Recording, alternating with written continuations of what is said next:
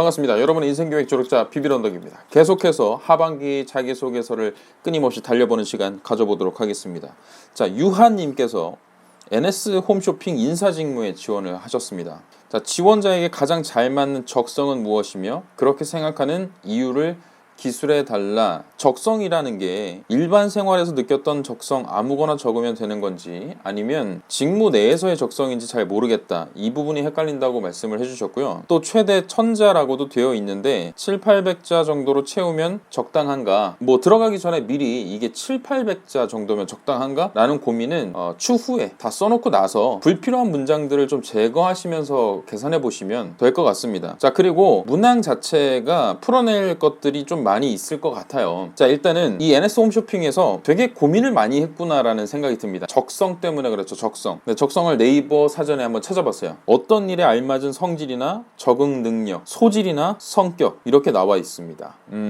그러니까 저는 똑같은 한국어로 이렇게 바꿔보고 싶어요. 이 직무에 너가 어울리는 이유를 경험을 예로 들어서 말해봐. 자, 그런데 일단은 제가 걸리는 부분은 인사 부분에 지원을 하셨다는 거거든요. 인사가 난이도가 높을 수밖에 없습니다. 높은 이유? 크게 그냥 뭐 3가지 정도가 있겠죠. 자, 채용 인원이 일단 적고, 그 다음 입사해서 당장 일하게 될 선배가 여러분의 자기소개서를 아주 꼼꼼히 보게 될 수밖에 없습니다. 그러니까 100% 본다는 뜻이죠. 자, 그리고 마지막으로는 인사에 어울릴 만한 전공이란 건 딱히 정해지지 않아 있어요. 뭐 문과 이과 상관없이 전공 불문해서 누구나가 지원 가능하고, 특히나 뭐 이제 하고 있는 업무들이 우리가 인사라고 하면 뭐 그냥 사람 이렇게 적당히 배치해가지고 하는 거겠지 라고 생각하면 안 되고, 그 안에서 이루어지는 일들이 굉장히 세분화되어 있습니다. 데이터를 다룰 줄 아는 그런 능력을 가진 사람도 필요하고, 또 영업력이나 협상력 이런 것도 필요해요. 뭐 연봉 협상을 한다든지 뭐 인사 상담을 한다든지. 그것뿐만인가 제도나 법규에 대한 이해가 충분히 이제 뒷받침된 자기소개서를 내는 데 있어서의 진입장벽은 낮다. 그러나 그 장벽을 뚫고 들어가기에는 굉장히 높은 난이도가 존재하고 있다. 그거를 이해를 하고 가셔야 됩니다. 제가 이제 겁주려고 하는 얘기가 아니고요. 뒤에서 제가 이 얘기를 왜 하는지를 잘 되새겨 보시기 바랍니다. 자, 그리고 일단 제가 조금 아쉬웠던 거는 유한님께서 정보를 주실 때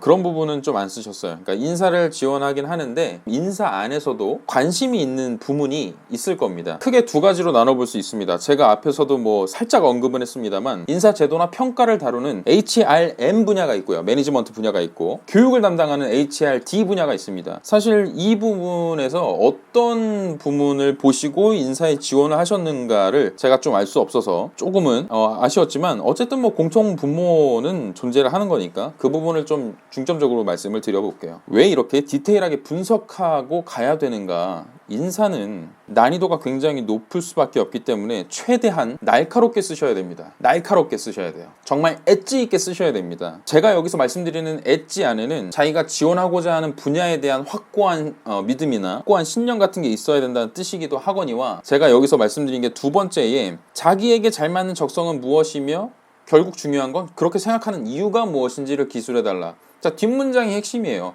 그렇게 생각하는 이유가 뭔데? 근데 제가 바꿔서 말씀드렸죠. 네 사례를 들어서 말을 해봐 라고 던지고 있지 않습니까? 그러니까 날카로워야 하는 건 사례가 날카로워야 된다는 겁니다. 인사 지원을 하시게 되는 지원자분들의 경험이 날카롭고, 바꿔 말하면 인사 직무에 관련해서 밀접한 연결고리를 가지고 있어야 된다. 굉장히 직접적이고 날카로워야 된다는 뜻입니다. 살짝 뭐 이제 여담입니다만, 여러분들이 그냥 인사라고 하면 되게 멋있고, 그렇기 때문에 인사에 대한 환상을 가지고 계신 분들이 굉장히 많습니다. 자, 그런데 실질적으로 인사의 정말 중요한 역할은 훌륭한 서포터가 되는 거예요. 자, 그리고 인사 발령, 뭐 순환 보직도 있을 수도 있고요. 스텝이냐 뭐 현장이냐 뭐 이렇게 하는 부분들을 잘 조율을 해야 되는 것은 물론, 뭐 거의 그것뿐만입니까? 인사고과 이런 것들도 굉장히 예민할 수밖에 없는, 가장 첨예한 대립점에 있는 역할들을 스무스하게 처리해내야 하는 것이 바로 인사의 역할입니다. 결국 인사를 바라보는 이 임직원들의 눈은 굉장히 날카롭고 예민할 수밖에 없어요. 인사는 그거를 아는 사람들입니다. 그렇기 때문에 여러분들의 자기소개서가 날카로워야 된다고 말씀을 드리는 겁니다. 자기소개서에 인사는 굉장히 멋있죠. 굉장히 뭐 협상가 같고 기업의 이미지를 대표하는 그런 선두주자 아닙니까? 이렇게 쓰면 바로 광탈이라는 겁니다. 더더욱이나 어느 한쪽에 치우치지 않는 그런 뭐 평정심 뭐 이런 것들도 중요하고 무게감이 있어야 되고 중심을 잘 잡아야 된다는 뜻이고, 그런 또 반면에 아주 작은 목소리에도 귀를 기울일 줄 알아야 되고, 또 때로는 또 되게 냉정해야 돼요. 자, 그리고 뭘 이끌어내야 되냐면 조직의 성과를 이끌어내야 된다는 겁니다. 그 성과를 이끌어내기 위한 툴로서 평가와 보상, 이런 제도 운영들의 툴이 있는 거죠. 여러분이 인사를 어떤 시각을 가지고 바라보고 얼마나 깊이 있게 알고 있고, 이런 부분들을 당연히 짚고 넘어가셔야 돼요. 제가 다른 지원 직무에 만약에 같은 이 자기소개서 항목이 나왔다면 이렇게까지 설명을 드리진 않을 겁니다. 근데 인사이기 때문에 더더욱이나 더 날카로워야 된다고 말씀을 드리고 있는 거예요. 이제 이유가 좀 납득이 되셨죠? 자, 그래서 답부터 말씀드리면, 그냥 일상생활에서 내가 느꼈던 적성 아무거나 적으면 되는 거냐, 아니면 직무 내에서의 적성인 거냐, 무조건 100% 직무 내에서의 적성을 발굴해 내셔야 된다는 거죠. 제가 좀 키워드를 한번 생각을 해봤어요. 인사가 가져야 되는 기본적인 이 성질. 자, 일단 사람에 대한 관심. 이 관심이라는 것은 되게 세심한 관찰. 지금 제가 키워드를 말씀드리고 있는 거예요. 사람에 대한 관심은 기본이 돼야 되고, 거기에 한 뎁스 더 들어가서 세심한 관찰 능력을 가지고 있어야 되고, 그 관찰 능력을 바탕으로 어떤 사람의 동기부여, 역량을 발굴해낼 줄 아는 안목을 가지고 있어야 됩니다. 그래서 적재적소에 그 사람이 쓰임새가 있도록 해주는 것. 뭐 요 정도가 이제 중심 키워드가 될 수 있을 것 같고요. 그래서 이거를 저는 사람에 대한 관심이 굉장히 높습니다, 이렇게 얘기하면 너무 얘는 진짜 다이렉트로 이렇게 인사 지원한다고 이렇게 썼네, 이렇게 생각하실 거고, 저 같으면 약간 이제 소제목을, 그러니까 핵심 단어를 이런 걸 쓸 것 같아요. 킹메이커. 나는 킹메이커야. 나는 훌륭한 러닝메이트야.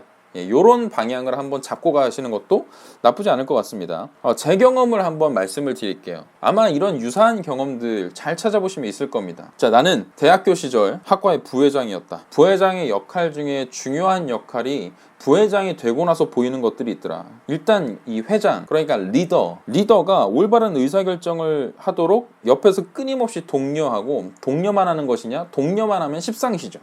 옆에서 이렇게 알첨하고 채찍질도 마다하지 않았습니다. 부회장으로서 일을 한다는 그 사명감 속에서 독려도 하지만 잘못하고 있는 부분은 따끔하게 채찍질도 했었다. 학생의 간부 회의를 하는데 술 처먹고 늦게 들어온다든지, 5분 늦게 와, 뭐 하고 있나 봤더니 저기서 농구하고 있어. 막 내가 소리 질렀어. 뭐 하시는 거냐고 지금. 그래갖고 막 땀 뻘뻘 흘리면서 막 미팅 들어오고 그랬거든요. 자, 그런데 또 하나의 역할이 이 조직의 권위, 그러니까 학생회가 가지는 권위, 위상 같은 거 있잖아요. 이런 것을 높이는 것은 리더가 올바른 모습을 보여야, 솔선수범하는 모습을 보여야, 살아있는 교과서 같은 모습을 보여줘야만 이 부분이 가능하다고 생각했기 때문에 책찍질을 했던 겁니다. 올바른 이미지 메이킹을 할 수밖에 없는 그런 역할을 수행했던 것이 부회장의 직책이었던 거죠. 그런데 이제 회장이 어떤 의사결정을 할 때 굉장히 욕을 많이 먹는 경우도 있어요. 행사가 좀 삐끗했다거나, 뭐 행사 진행을 우리는 충분히 열심히 준비를 했다고 하지만 어떤 실수가 나오게 되면 모두가 손가락질을 이제 학생 회장들한테 하기 때문에 그런 어려움이 있었단 말이죠. 그래서 이제 회장도 약한 모습을 보이는 겁니다. 흔들리는 모습, 뭐 좌절하는 모습, 이런 것들을 보이게 되는데, 저는 이제 그러니까 서포터로서, 훌륭한 킹메이커로서 무슨 역할을 했었냐면, 개인에게도 멘탈을 회복할 수 있도록 충분히 휴식을 취하도록 배려하는 한편, 그의 평판이, 이런 거 좀 중요해요. 그의 평판이 훼손되지 않도록 도왔다는 거죠. 뒤에서의 작업을 했더라는 거죠. 내가 왜 그렇게 했느냐? 결국 그 사람을 위해서 내가 그랬던 것이 아니고, 돌이켜보니까 결국은 나의 조직의 위상이나 명예가 훼손되지 않게 하려는 나의 판단이 옳았다는 부분을 깨달았다. 그래서 나는 뭐라고 생각을 했냐면, 부회장이기 때문에 빛나지 못한다. 그러니까 리더가 아니고서는 빛나지 않을 거라는 나의 판단이 잘못됐다는 걸 깨달았어요. 그리고 나는 무엇을 깨달았느냐? 정말 중요한 건 리더가 아니라 리더를 비춰줄 수 있는 훌륭한 숨은 조력자였다는 거죠. 이 숨은 조력자의 역할을 충분히 함으로써 결국 내가 빛나더라는 겁니다. 내가 빛나더라는 거예요. 그래서 숨은 조력자도 충분히 빛날 수 있는 사람이라는 것을 깨닫게 되었다. 자, 그런 한편 반대급부로 또 다른 학생의 간부들한테는 내가 어떤 역할을 해 주었느냐, 이것도 중요한 거죠. 이 와해되지 않도록 똘똘 뭉쳐야 했기에 가장 중요했던 건 어느 한편에 서지 않도록 균형을 잘 잡는 일이었다. 그러니까 그 당시에 이제 기획 1팀이 있고 기획 2팀이 있었어요. 한 팀은 이제 MT 같은 행사를 맡는 거였고, 뭐 2팀 같은 경우는 뭐 홈커밍 데이 같은 그런 행사를 준비하는데, 사실 이제 주어진 예산들, 꽈비 걷잖아요. 그 꽈비를 갖다가 어떻게 쓸 것이냐를 결정해야 됐기 때문에 약간 뭐 야당과 여당 뭐 이런 느낌이 있었어요. 자, 그런데 이거를 어떻게 해석을 했냐면 어쨌든 얘네 한편 어느 한편에도 서지 않도록 균형을 내가 잘 잡았다. 그 균형을 잡는 디테일이 좀 중요하겠죠. 그러니까 약간 공명정대하게 요번에는 이쪽에서 무언가를 양보했다면 다음에는 이쪽에서 양보할 수 있도록 내가 충분히 논리를 잘 전달을 했고 서로 오해가 없도록 중간에서 중재자 역할을 했다. 이런 에피소드가 들어가야 되는 겁니다. 이런 디테일한 에피소드가 들어가야 돼요. 또 한편 내가 했던 역할 중에 가장 잘했다고 생각하는 그런 부분은 애들로 하여금 그냥 학생의 간부들한테 이렇게 얘기를 했다는 거예요. 자, 하지 말라고 다그치지 않았습니다. 하지 말라고 다그치지 않았어요. 야, 이런 건 하지 마. 너희는 학생의 간부이기 때문에 이런 건 하면 안 돼 라고 얘기하지 않았고 나는 이런 걸 해보자 라고 독려하는 사람이었던 거죠. 저는 어쨌든 그래서 숨은 조력자로서의 역할을 수행하면서 충분히 내가 빛날 수 있었던 경험을 하게 됐고 그런 킹메이커나 훌륭한 러닝메이트의 역할을 해주는 것이 굉장히 나의 적성에 맞다고 생각을 했다. 제가 구구절절 말씀드렸던 이 경험의 사례라는 것은 본인의 경험이 아니시기 때문에 본인의 경험을 찾아서 이런 키워드들이 잘 드러날 수 있도록 쓰시면 될 것 같고요. 디테일하게를 넘어 날카롭게 엣지 있게 쓰라고 말씀을 드립니다. 자, 이 정도로 정리 마치도록 하겠습니다.